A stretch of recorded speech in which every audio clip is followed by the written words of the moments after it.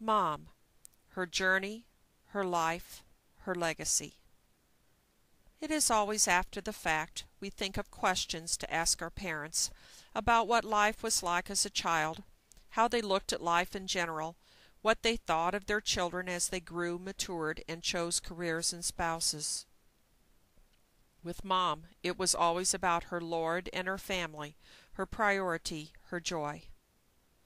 As a child, she was born in 1924 in Farley, Iowa, grew up in both Illinois and another small town in Iowa, with an older brother who adored her. Mom's name, Elkress, was a combination of her parents' names, Alice and Chris, an unusual name for the 1920s era. She was born Pink, so her dad's pet name for her was Pink, which stuck with her throughout her entire life. Her dad was a concert pianist and piano tuner, a telegrapher for the railroad, and the mayor, an odd mix of career choices, but effective through the Depression years.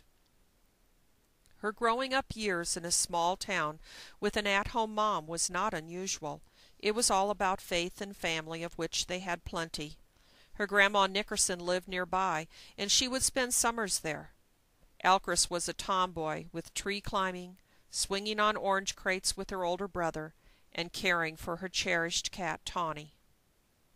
As she grew up, her beauty and zest for life showed through.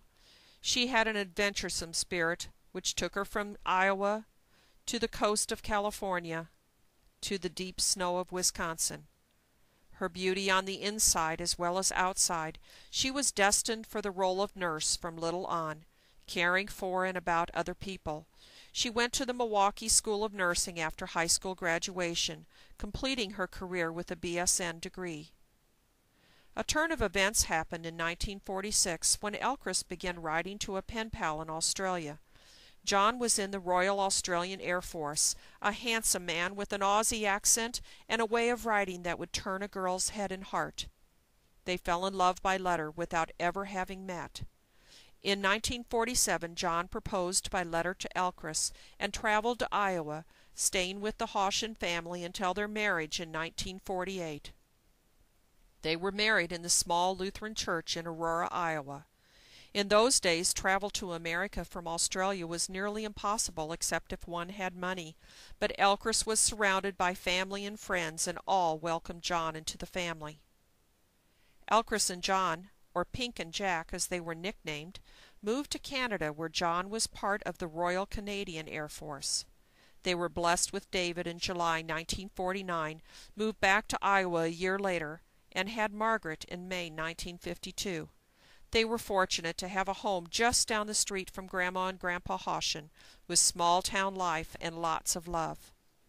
In 1954, Elkress and John moved to Independence, Missouri, and less than a year later, in October 1955, Elkress gave birth to twin girls, Diane and Denise. It was unexpected. In those days, there was no such thing as ultrasound, and the doctor could only hear one heartbeat throughout the pregnancy. Their family was complete, and Elkress continued her role as mother, wife, and caregiver, working part-time as a registered nurse at Trinity Lutheran Hospital, while John worked as a mechanic at Ryder Truck Rental. Even as she worked nights as a nurse, Elkress worked tirelessly in the home, cooking, cleaning, and raising 4 children to adulthood. Her girls worked with her at the hospital as volunteer candy stripers, sharing in her gift of caring for others. She also threw her energies into the church, volunteering at the church school and making sure her children had a good Christian education, even if it meant sacrificing in other ways. She made Australian food for Jack on a regular basis, from lamb to lamingtons, even making the paper for making rosella jam from rosella plants grown from Australian-born seeds.